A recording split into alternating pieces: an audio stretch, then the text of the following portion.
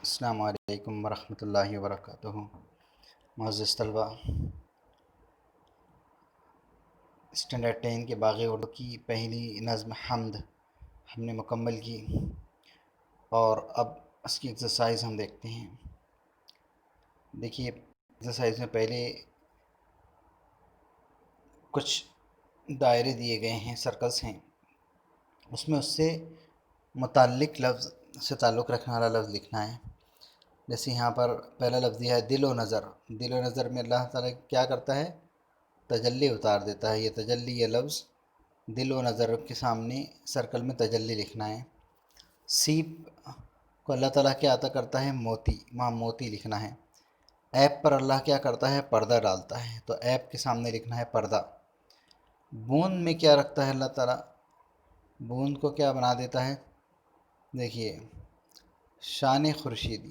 بوند میں اللہ تعالیٰ جو چیز رکھتا ہے وہ شان خورشیدی آئے گا۔ اور ریت کو اللہ تعالیٰ جو چیز عطا کرتا ہے وہ ہے برگ و بار۔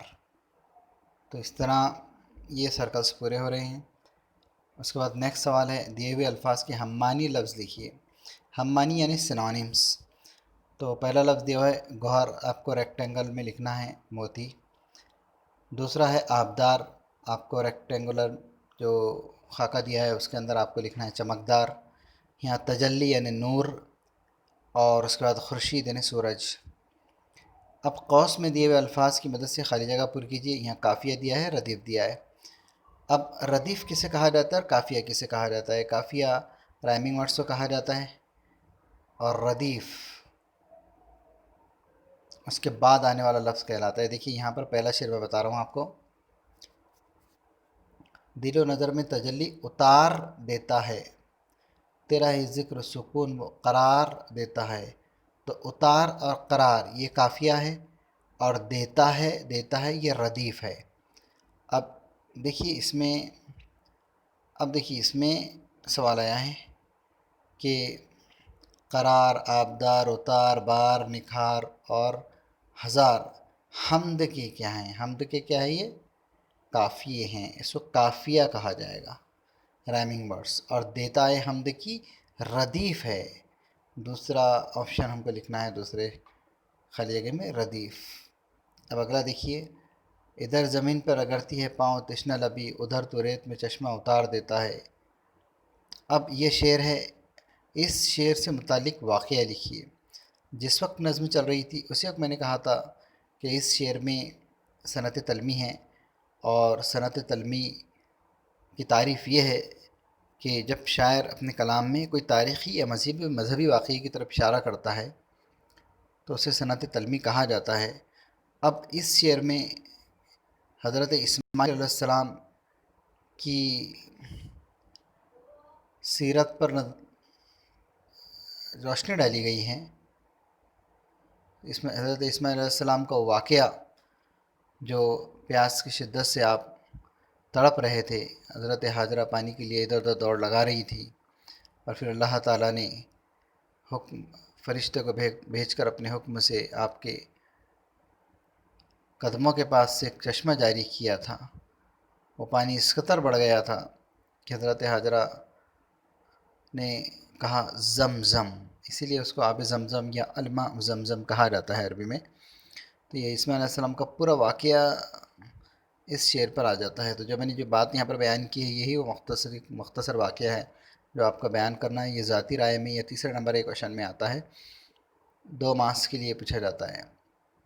اب اس شعر کی صنعت کا نام لکھیے، اسی سے متعلق سوال ہے، تو ہے صنعت تلمی۔ اب دیکھیے اس کے بعد کا سوال آ رہا ہے، تیرا کرم ہے کہ چھپ جاتے ہیں گناہ میرے، تو میرے عیب کو پردے ہزار دیتا ہے۔ اس شعر کا مطلب بھی اس وقت بتایا گیا تھا، میں نے آپ بتایا تھا کہ یہ جو آخری شعر ہے بڑا جاندار شعر ہے۔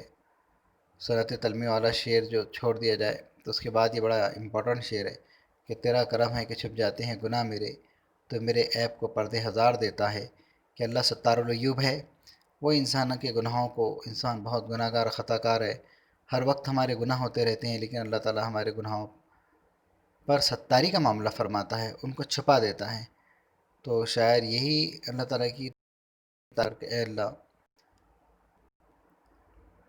میں تو گناہ گار خطا کار ہوں، لیکن تو میرے عیب کو پردے ہزار دے دیتا ہے. پردے ہزار دیتا مطلب تو بہت بہت اس کو چھپا دیتا ہے، اتنا چھپا دیتا ہے کہ کسی کو شک بھی نہیں ہوتا کہ میں اس قدر گناہ گار ہوں. یہ مطلب شاعر کا یہاں پر ہے. تو یہ شعر کا مطلب ہم نے بیان کر دیے. اس کے بعد تشنا صفت ہے، اس سے اسم بنائیے. تو اس سے اسم بنے گا تشنگی. تشنا پیاسا، اور تشنگی یعنی پیاس. تو یہ اسم ناؤن اس کا کیا ہے؟ تشنگی ہے. اب دیکھیے اس کے بعد ایک سوال آ رہا ہے، تیرا ہی نام سکون و قرار دیتا ہے، شاعر کے ایسا کہنے کی وجہ لکھیے. اب دیکھیے یہاں پر نام آیا ہے، لیکن اصل میں شعر کیا ہے؟ دیکھیے، تیرا ہی ذکر سکون و قرار دیتا ہے. شعر کا دوسری جو لائن ہے، دوسرا مصرع ہے، اس میں ذکر آیا ہے، لیکن یہاں پر کتاب میں مس پرنٹ ہوا ہے. ہو سکتا بہت سارے بچوں کی کتابوں میں صحیح ہوں. تو تیرا ہی ذکر، نام نہیں بلکہ ذکر، تیرا ہی ذکر سکون و قرار دیتا ہے، شاعر کے ایسا کہنے کی وجہ لکھیے. تو ہم نے جب ہمارا ایکسپلینیشن چل رہا تھا تو اس وقت ہم نے بیان کیا تھا، ہر چیز بتائی تھی کہ اس شعر کا دوسری جو لائن ہے وہ بڑی جاندار ہے، اور دوسری لائن سے ہی پہلی لائن کو سمجھنا آسان ہے کہ اللہ تعالیٰ کا ذکر ہی انسان کے دل میں سرور و کیف پیدا کرتا ہے، سکون و اطمینان پیدا کرتا ہے. سکون و اطمینان کی کیفیت انسان پر تبھی طاری ہوتی ہے جب اللہ سے قریب ہوتا ہے، اللہ کا ذکر کرتا ہے، تو اللہ تعالیٰ بھی اس کے دل کو سکون و قرار عطا کرتا ہے. سکون و قرار سے مطلب یہ ہے کہ اللہ اطمینان عطا کرتا ہے، پریشانیوں کو دور کرتا ہے، اور ہم بہت اللہ سے قریب ہو جاتے ہیں.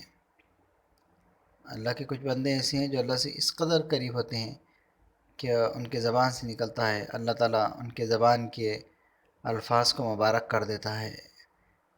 یعنی ایک حدیث قدسی ہے نا کہ جو بندہ ہماری راہ میں فنا ہو جاتا ہے تو ہم اس کی زبان بن جاتے ہیں، اس کا ہاتھ بن جاتے ہیں، اس کی آنکھ بن جاتے ہیں. وہ نہیں بولتا، وہ نہیں دیتا، ہم دیتے ہیں. وہ نہیں دیکھتا، ہم دیکھتے ہیں. وہ نہیں دیتا، ہم دیتے ہیں. یعنی مطلب یہ رہتا ہے کہ بندہ کسی کے لیے اگر دعا کرتا ہے تو اللہ تعالیٰ اس کی بات کو خالی نہیں جانے دیتا. تو یہ اللہ کے ذکر کا سب سے بڑا فائدہ ہے. اب اس کے بعد والا سوال ہے کہ تیرا، تو، تیرے، ان الفاظ سے شاعر کی مراد لکھیے. مراد مطلب meant, what is meant by تو، تیرا، تیرے، ایسا انگلش میں اس کا مطلب ہوگا. مراد کا یہ لفظ اسی لیے ہمیشہ استعمال مینٹ کے لیے استعمال ہوتا ہے. کیا مطلب ہے؟ تو، تیرا ہے نا، تیرے، تو یہ اس سے مطلب اللہ کی ذات ہے. اس کے بعد دیکھیے، اے اللہ تیری ذات بہت ہی رحمت والی ہے، تو صحرا میں بھی درخت اگا دیتا ہے. اس مفہوم کو ادا کرنے والا شعر لکھیے. تو ہم نظم کی طرف آئیں. یہ شعر ہے، تیرا مزاج ہے رحم و کرم میرے معبود، سلگتی ریت کو تو برغبار دیتا ہے. اس سوال کا یہ جواب ہے. اس طریقے سے یہ نظم کی پوری مشق مکمل ہوئی. انشاءاللہ ہم اگلے پیریڈ میں نیا لیسن دیکھیں گے اور اس کو مکمل کریں گے. السلام علیکم ورحمۃ اللہ وبرکاتہ.